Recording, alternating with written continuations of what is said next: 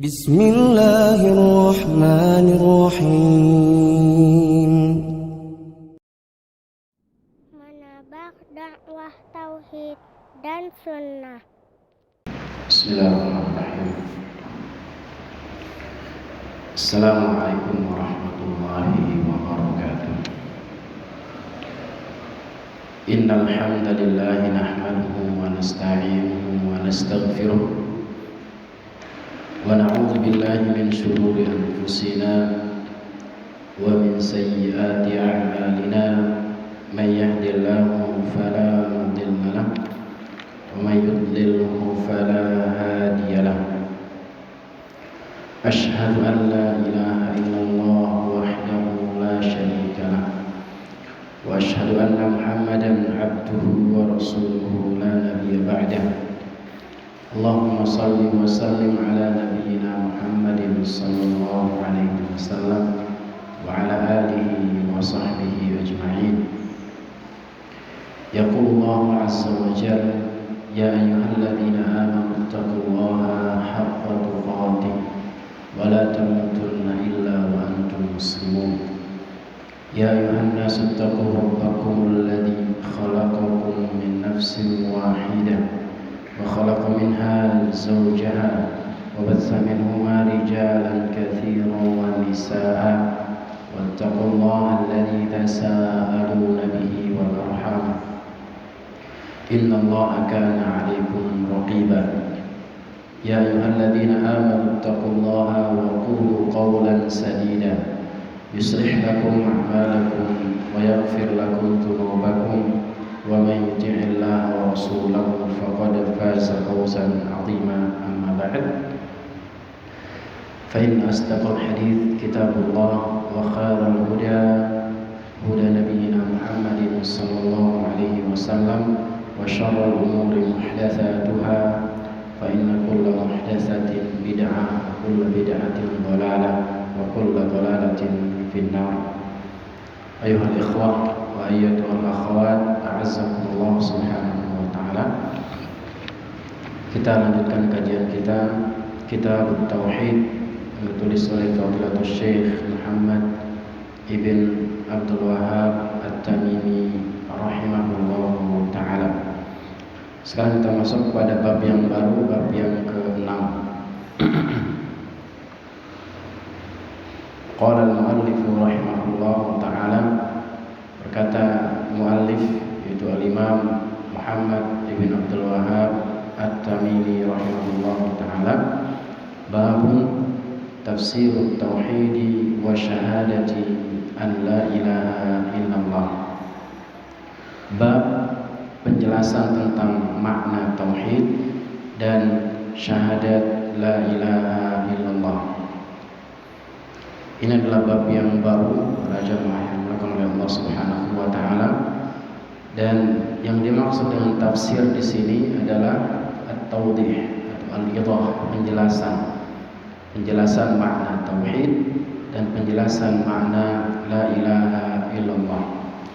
Dan Syekh Muhammad bin Shalih Al-Utsaimin mengatakan, wat-tauhidu taqaddama ta'rifuhu, dan tauhid sudah dijelaskan oleh Syekh atau sudah dijelaskan dalam buku ini pada bab-bab sebelumnya, yakni pada pembahasan di, kalau ada bawah bukunya, di halaman yang ke-8 sudah disebutkan makna tauhid. Ada yang masih ingat apa makna tauhid yang disebutkan oleh Syekh Muhammad bin Shalih Al-Utsaimin? Bapak? Apa makna tauhid?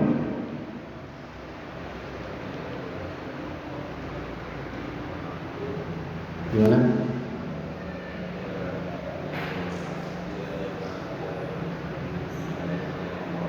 Itu makna la ilaha illallah. Makna tauhid, kata at-tauhid ada di penjelasan, kalau mau buka udah lama ya,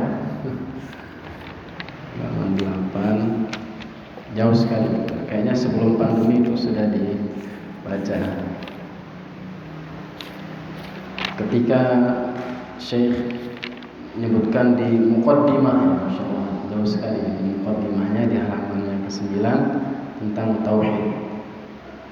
dimaksud dengan tauhid di situ disebutkan oleh Syekh Muhammad bin Shalih Al-Utsaimin, ifradullahi ta'ala bima yakhtassu bihi minar rububiyyati wal uluhiyyati wal asma'i was sifat, yaitu mengesahkan Allah Subhanahu wa taala dengan apa-apa yang khusus bagi Allah, baik dari perkara-perkara tauhid rububiyah maupun uluhiyah dan juga al-asma'i was sifat.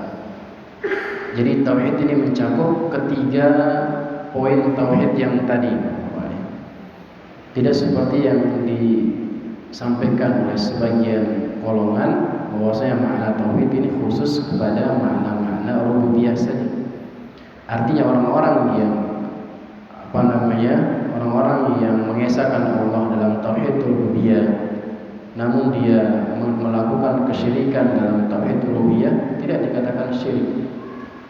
Karena menurut mereka perbuatan syirik ini kalau kita meyakini ada pencipta selain Allah saja, atau ada yang mengatur alam semesta selain Allah, sebatas di tauhid rububiyah saja, sebagaimana yang dijelaskan oleh para ulama Asy'ariyah. Para ulama Asy'ariyah mereka hanya membatasi pada tauhid ar-rububiyah saja. Nanti di sini dijelaskan oleh Syekh makna yang benar dari tauhid atau kalimat tauhid la ilaha illallah. Kemudian Syekh mengatakan wal muradu bihi huna, dan yang dimaksud di sini adalah di penjelasan ini i'tiqadu annallaha wahidun fi uluhiyatihi. Lebih khusus di dalam bab ini dan juga di dalam kitab ini, ya kitab yang kita bahas ini, yaitu i'tiqad, keyakinan, kepercayaan bahwasanya Allah Subhanahu wa taala Maha Esa di dalam uluhiyahnya. Maka terfokus di dalam uluhiyah, itu yang lebih banyak terjadi di masyarakat. Ya, terjadi kesyirikan di dalam ibadah kepada Allah Subhanahu wa taala. Meskipun mereka tidak menganggap itu kesyirikan, namun pada dasarnya mereka sedang melakukan kesyirikan di dalam perkara-perkara tauhid. Kemudian Syekh mengatakan wa hadzal babu muhimmun, dan bab ini adalah bab yang sangat penting. Li'annahu lamma sabaqal kalam 'ala tauhid wa fadlihi wa da'wati ilaihi, karena sudah di bab-bab sebelumnya sudah dijelaskan tentang keutamaan tauhid, tentang tauhid itu bisa menghapus dosa, kemudian tentang bagaimana motivasi untuk mendakwahkan tauhid. Dan di bab ini para jamaah yang dimuliakan oleh Allah Subhanahu wa taala menjelaskan tauhid yang seperti apa yang dimaksud di dalam bab-bab sebelumnya. Tauhid yang seperti apa yang memiliki keutamaan-keutamaan seperti yang sudah dijelaskan di bab-bab sebelumnya. Tauhid yang seperti apa yang didakwahkan dan mendapatkan fadilah di dalam bab-bab sebelumnya tersebut. Maka bab ini adalah bab sebelumnya itu dibangun di dalam bab ini. Dijelaskan seperti apa tauhid yang benar, seperti apa tauhid yang harus kita dakwahkan kepada orang. Makna yang benar di dalam kata tauhid tersebut. Kemudian apa yang dimaksud dengan la ilaha atau syahadat an la ilaha illallah? Di dalam kalimat tauhid la ilaha illallah di sini terdapat ada 4 kalimat atau 4 kosakata ya. Kalau dalam bahasa Arab itu kalimat itu maksudnya kata. Yang pertama di situ ada lam. Lam di situ lam apa namanya? Lam an-nafiyah lil jins. Lam an-nafiyah lil jins, atau lam yang menafikan semua jenis-jenis. Kalau di sini disebutkan ilah, berarti semua jenis-jenis ilah itu dinafikan. Itu maksudnya lam. Ya, menafikan seluruh jenis sesembahan, seluruh jenis Tuhan. Karena sesuatu yang disembah itu bisa disebut sebagai Tuhan. Ridho ataupun tidak yang disembah itu disebut sebagai Tuhan dalam makna bahasa. Tapi yang tidak ridho disembah itu tidak bisa dikatakan dia Tuhan. Contoh, ada orang menyembah Isa. Isa ridho nggak disembah? Nggak ridho. Dalam Al-Quran Allah Subhanahu Wa Taala menjelaskan perkataan Isa nggak mungkin mengatakan dirinya sebagai Tuhan. Namun dalam makna bahasa bisa disebut sebagai Tuhan karena dia disembah oleh siapa? Orang-orang Nasrani yang menyembah Nabi Isa. Batu, ada orang menyembah batu. Atau di zaman Nabi Ibrahim ada orang menyembah matahari, ada orang menyembah bulan, ada orang menyembah bintang. Di dalam makna bahasa dia disebut sebagai Tuhan. Namun semua sesembahan itu dinafikan semuanya. Semua adalah Tuhan yang batil. Semua sesembahan itu adalah sesembahan yang batil, yang tidak benar. Kemudian kalimat yang kedua, ilah. La ilahun atau la ilaha. Ilah di situ maksudnya adalah makhluk. Apa itu artinya makhluk? Makhluk artinya ma'bud. Sesuatu yang disembah. Semuanya, apapun yang disembah, baik itu Allah Subhanahu wa taala ataupun yang lainnya, semua disebut makhluk di dalam makna bahasa. Kemudian di situ ada illa, kecuali. Ya, kecuali itu huruf istitsna, pengecualian. Kemudian ada lafaz Allah, lafzul jalalah Allah, maka semuanya dikecualikan kecuali Allah Subhanahu wa taala. Dan para ulama menjelaskan di situ harus ada takdirnya, harus ditakdirkan. Karena kalau secara bahasa la ilaha illallah, tidak ada Tuhan selain Allah, maka ini maknanya kurang sempurna.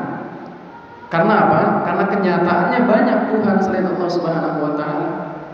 Ya, tadi kita sebutkan ada Nabi Isa disebut Tuhan. Kemudian ada siapa?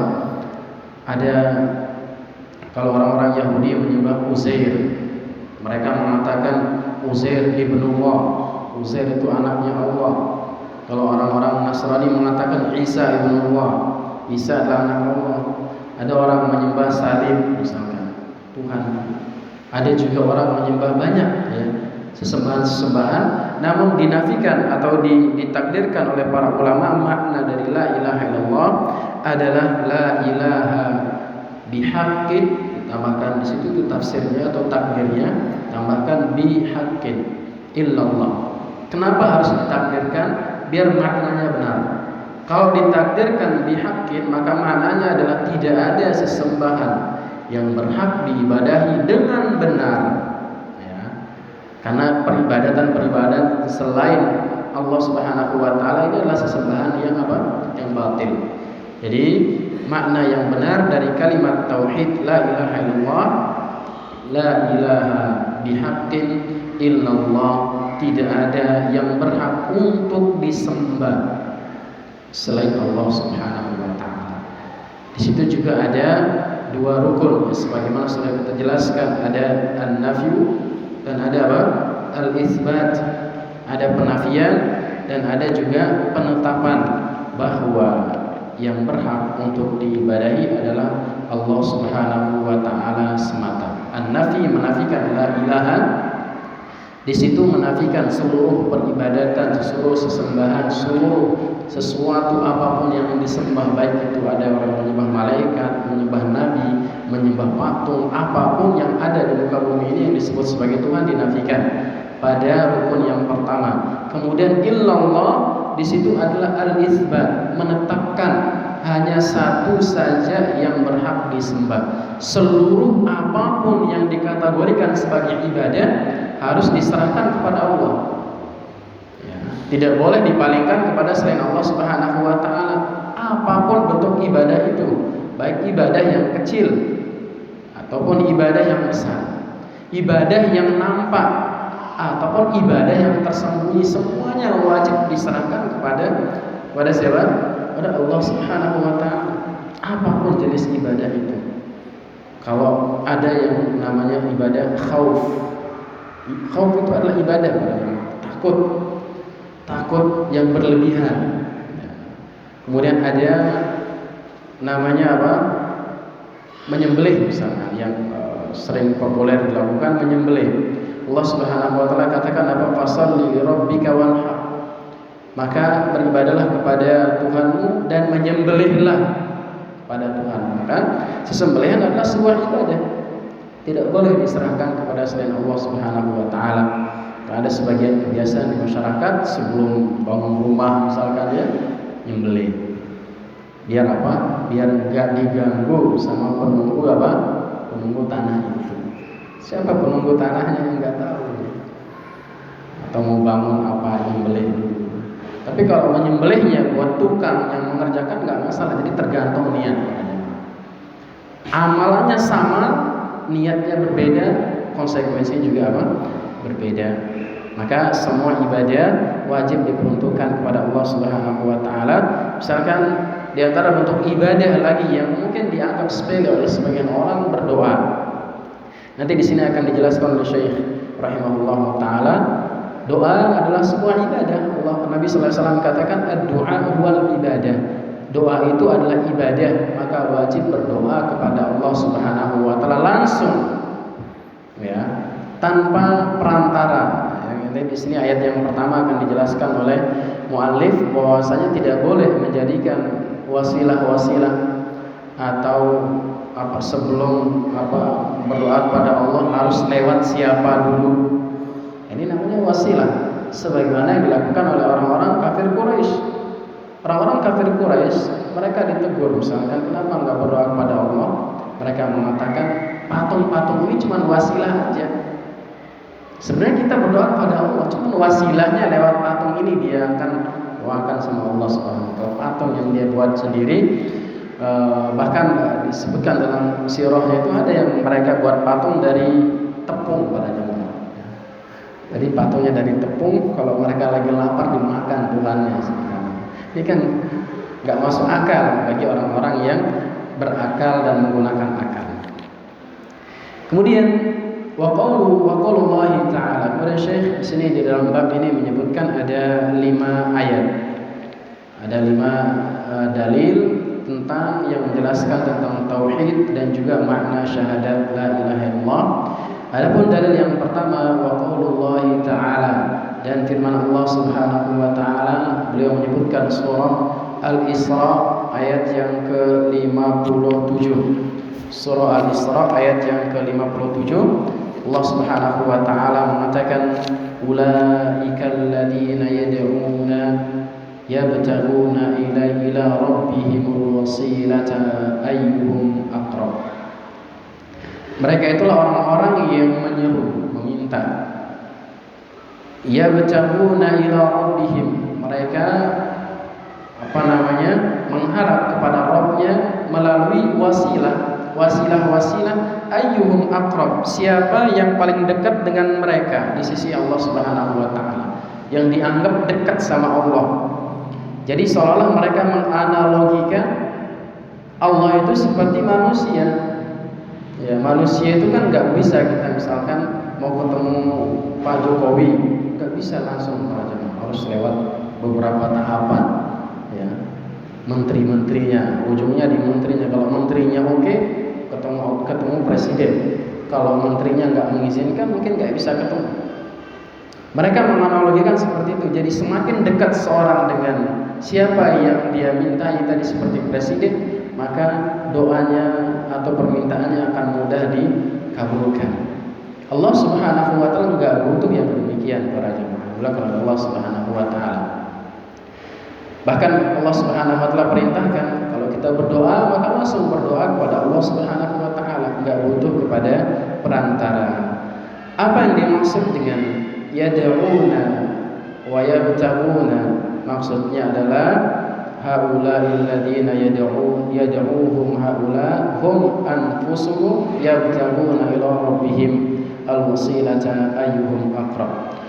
Mereka orang-orang yang menyeru atau meminta kepada Allah, kepada selain Allah Subhanahu wa taala, mereka menjadikan wasilah-wasilah kepada Allah Subhanahu wa taala ayyuhum aqrab, siapa yang lebih dekat kepada Allah Subhanahu wa taala. Maka kata Syekh, fa kaifa tad'unahum wa hum muhtajuna muftaqihun. Bagaimana mungkin kita minta sama orang yang mereka juga butuh, ya, mereka juga apa? Butuh untuk apa? Pada Allah Subhanahu wa taala. Terutama orang-orang yang sudah mati. Orang-orang yang sudah mati ini para jamaah, bukan kita yang butuh kepada mereka, namun mereka yang butuh kepada kita semuanya yang masih hidup. Kita doakan, kita mintakan ampunan, kita bersedekah atas nama dia, atau kita wakafkan sesuatu atas nama dia, karena dia nggak mungkin lagi bisa menambah ibadahnya, nggak mungkin lagi bisa sholat, nggak mungkin bisa menambah pahala, juga mungkin. Kita yang masih hidup yang dibutuhkan oleh mereka, orang-orang yang sudah mati. Maka kata Syekh, fahada safahun fil haqiqah, maka ini termasuk orang-orang yang safah, orang-orang yang kalau bahasa mudahnya orang-orang yang dungu, orang-orang yang bodoh kalau kata Syekh. Pada hakikatnya, kenapa? Karena dia meminta sama orang yang nggak memiliki kemampuan, ya, nggak punya kemampuan. Orang-orang sudah mati, orang-orang sudah meninggal dunia mendahului kita semuanya. Justru kita yang dibutuhkan oleh mereka, siapapun dia. Kalau dia bagus amalannya di dunia, meninggal dunia, meninggalkan amalan-amalan jariah, justru itu pahalanya yang mereka butuhkan mengalir terus. Bukan kita minta tolong sama dia yang dia tidak bisa melakukan apa-apa. Wa hadza yantabiqu ala kulli man du'iya wa huwa da'in. Ini mencakup semua orang yang diminta. Semua orang-orang yang diminta, siapapun dia. Ka Isa bin Maryam, contohnya seperti Isa bin Maryam, enggak punya kemampuan kalau sudah meninggal dunia. Tapi Isa bin Maryam belum meninggal dunia kan, tapi ada di mana? Di langit. Cuman dia enggak mampu berbuat apa-apa. Karena dia apa? Dia berada di sebuah alam yang berbeda dengan kita. Kecuali dia ada di depan kita, Isa bin Maryam, Nabi Isa, mungkin bisa kita minta tolong. Tapi kalau dia nggak ada sekarang, maka nggak mungkin.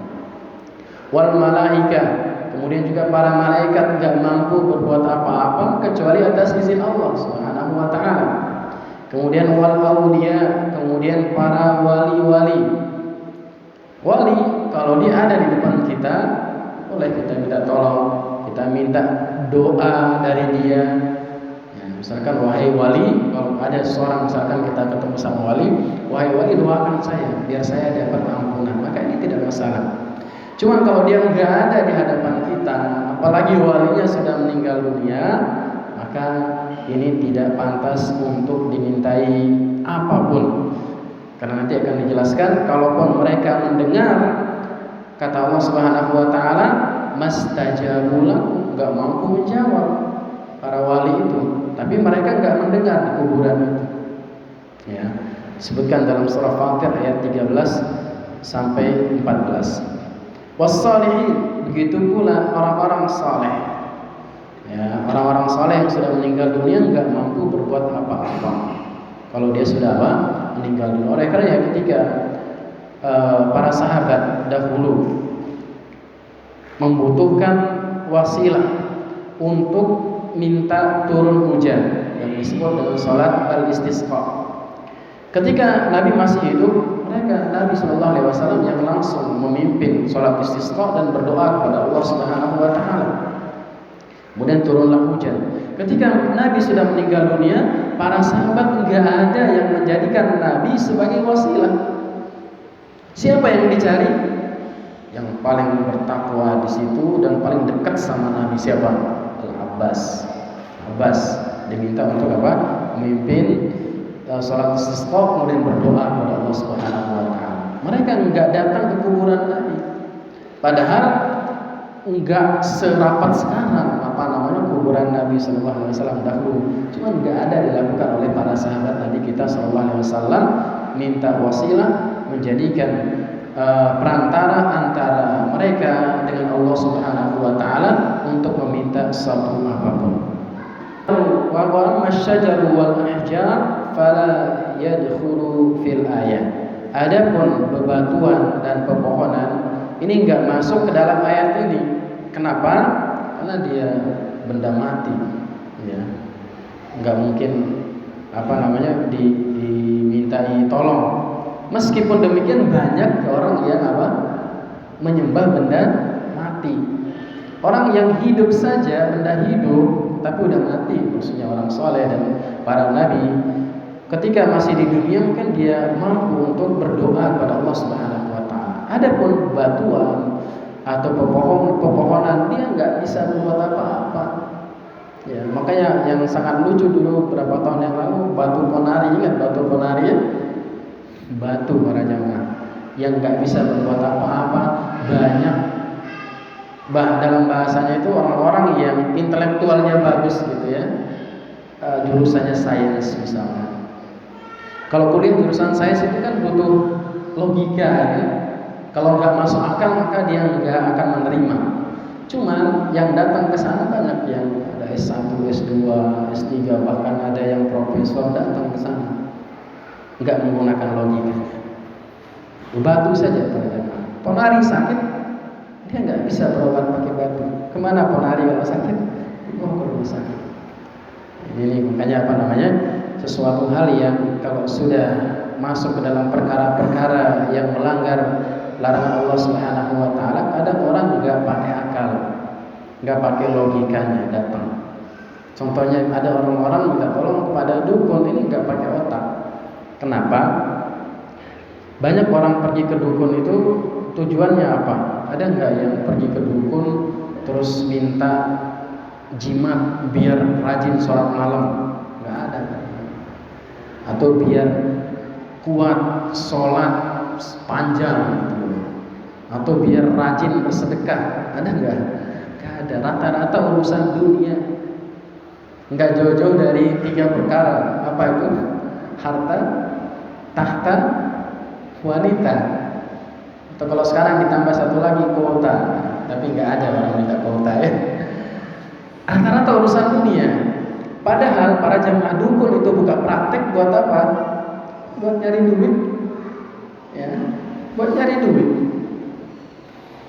Kalau memang benar apa yang dilakukan oleh dukun itu, misalkan penglaris, misalkan contoh, dia jualan aja cilok, tapi jual 1 juta 1 biji, misalkan, 1 cilok. Kalau dia bisa itu mungkin orang masih kagum. Tapi ini penglaris yang datang siapa? Orang-orang yang jualannya itu emang laris gitu loh. Emang masakannya yang dijual apa? Yang dijual enak. Jadi seperti itu. Maka orang-orang yang pergi ke dukun atau melakukan kesyirikan itu biasanya nggak pakai akal sehatnya. Kemudian fahaula'il ladzina za'amtum annahum awliya min dunillah, maka orang-orang yang kalian menganggap mereka sebagai wali-wali selain Allah Subhanahu wa taala, la yamlikuna kashfad durri wala tahwilahu min makanin ila makan. Wali-wali yang kau anggap itu dia enggak mampu untuk menolak kemudaratan, enggak bisa juga untuk memindahkan suatu dari satu tempat ke tempat yang lain, enggak punya manfaat, enggak bisa memberikan manfaat, tidak pula memberikan mudarat. Li'annahum hum bi anfusihim yad'una yabtaguna ila rabbihimul wasilata ayyuhum aqrab. Karena mereka itu dengan diri mereka meminta kepada Allah melalui apa? Melalui perantara-perantara. Padahal Allah Subhanahu wa taala sudah menjelaskan bagaimana kondisi orang-orang yang meminta kepada selain Allah Subhanahu wa taala, menjadikan perantara-perantara selain Allah Subhanahu wa taala. Di dalam surah Fatir ayat 13-14 Allah katakan walladzina yad'una walladzina tad'una min dunihi, dan orang-orang yang engkau seru, engkau minta tolong selain Allah, ma yamlikuna min qitmir, mereka enggak mampu membuat kitmir. Tahu kitmir enggak para jemaah? Pernah makan kurma? Biasanya Ramadan Pak Ustaz, ya, biasanya dimakan Ramadan. Kitmir itu maksudnya orang yang diminta tolong enggak mampu membuat lapisan biji kurma, atau lapisan sangat tipis itu kan. Itu namanya kitmir. Apalagi mau bikin kurma, nggak bisa. Mereka nggak mampu membuat kitmir tadi, lapisan yang sangat kecil membungkus biji kurma itu. Tad'uhum, engkau menyuruh mereka, la yasma'u du'aakum, mereka nggak mampu mendengar doa-doa kalian. Walau sami'u, kalau seandainya mereka pun bisa mendengar, ya, mastajabu lakum, mereka nggak mampu untuk menjawab. Orang sudah mati, panggil dia, misalnya, wahai fulan. Pertama kata Allah, nggak mungkin bisa mendengar. Kata Allah, kalaupun mereka mungkin bisa mendengar, mereka nggak mungkin bisa menjawab, karena sudah meninggal. Dan ini yang paling berbahaya. Wa yaumal qiyamati yakfuruna bisyirkikum. Nanti hari kiamat, mereka yang diminta tolong itu akan mengingkari kesyirikan yang kalian lakukan. Mereka nggak pernah minta untuk berdoa menjadikan mereka wasilah. Apalagi orang-orang menjadikan para nabi, orang-orang saleh, para wali-wali yang saleh itu menjadikan wasilah kepada Allah. Mereka kelak pada hari kiamat akan mengingkari, akan berlepas diri dari orang-orang yang menjadikan mereka sebagai wasilah. Ya, akan mengingkari dan tidak mau dianggap sebagai Tuhan, sebagai wasilah untuk meminta kepada Allah Subhanahu wa taala. Qauluhu yad'un, adapun firman Allah Subhanahu wa taala yad'una ai du'aul mas'alah. Yang dimaksud di sini adalah doa masalah, doa meminta pertolongan. Kaman yad'u 'aliyan 'inda wuqu'ihim fi syada'id, sebagaimana ada sebagian kelompok yang berdoa menyuruh Ali bin Abi Thalib ketika mereka terjadi sesuatu yang genting, minta panggil Ali bin Abi Thalib. Wahai Ali, atau sekarang yang populer zaman kita memanggil Husain, ya Husain, ya Husain, aghithna ya Husain. Wahai Husain, tolonglah kami ya Husain, kami beristighotsah kepada Husain. Sudah meninggal dunia rahimahullahu taala wa radhiyallahu taala. Wa kama yad'u an-nabiy sallallahu alaihi wasallam, dan juga ada sebagian kelompok yang mereka memanggil Nabi ketika mereka berdoa, ketika mereka butuh kepada suatu hal yang sangat genting, sebagaimana di dalam syair yang sangat masyhur. Apa syairnya? Ya akramal khalqi ma liman aludhu bihi siwaka inda hululil hadithil umami. Ada yang bisa laguin enggak? Gimana lagunya itu? Kan ada nadanya. Ya man akramal khalqi, enggak tahu ada nada-nadanya, cuma enggak tahu. Kalau secara lafaz indah untuk dibaca para jamaah. Jadi ada sajanya. Ya man akramal khalqi ma man aludu bihi siwaka inda hululil hadithil umami. Artinya, sebagian orang membaca syair ini enggak paham apa arti dari syair tersebut, padahal maksudnya adalah apa? Ya akramal khalqi, wahai makhluk yang mulia. Siapa yang dimaksud di sini? Nabi sallallahu alaihi wasallam. Enggak mungkin Allah Subhanahu wa taala, karena dia disebut makhluk, ya. Enggak mungkin kita artikan wahai zat yang maha mulia. Allah Subhanahu wa taala enggak mungkin. Di sini artinya ya akramal khalqi, wahai makhluk yang sangat mulia, Nabi Muhammad SAW. Aku tidak memiliki pelindung, mali man siwaka, mali man aluzu bihi siwaka. Aku tidak memiliki pelindung selain dirimu. Inda hululil hadithil umami, tatkala dekatnya petaka atau masalah. Coba ada enggak kira-kira yang berdoa, wahai Allah, wahai Muhammad, wahai Nabi Muhammad SAW, aku enggak ada pelindung selain dirimu ketika mendapat masalah. Ada orang berdoa semikian? Dalam bahasa Indonesia enggak ada. Cuman ini karena dia bahasa Arab, mungkin orang enggak ngerti. Sama seperti orang-orang yang menjadikan Nabi sebagai wasilah di dalam syair yang qasidah yang sangat masyhur apa qasidahnya? Ya Rabbi bil Mustafa, ya. Sering dengar ya? Balligh maqasidana waghfir lana ma madha, atau ada yang mengatakan waghfir lana dzambana ya wasi'al karami. Apa artinya? Ya Rabbi bil Mustafa, ya Allah bil Mustafa, melalui Al Mustafa Nabi Muhammad SAW, dengan Al Mustafa Muhammad SAW, balligh maqasidana, sampaikanlah apa harapan-harapan kami, waghfir lana dzambana, dan juga ampunilah dosa-dosa kami yang telah lalu, ya wasi'al karami, wahai zat yang luas. Subhanallah. Ini termasuk wasilah, menjadikan Nabi sallallahu alaihi wasallam sebagai apa? Sebagai wasilah. Kita lanjutkan sedikit. Waqad yakunu du'aul ibadah, dan bisa jadi di sini yang dimaksud adalah doa ibadah, seperti kaman yatazallalu lahum bittaqarrub wan nadar wal ruku' was sujud, sebagaimana ada sebagian orang yang mendekatkan diri kepada mereka dengan bernazar, kemudian juga ruku dan sujud kepada selain Allah Subhanahu wa taala. Wa qauluhu yabtaghun, dan firman Allah Subhanahu wa taala yang mereka yabtaghun, apa yang dimaksud yabtaghun? Yatlubun, mereka meminta, mencari.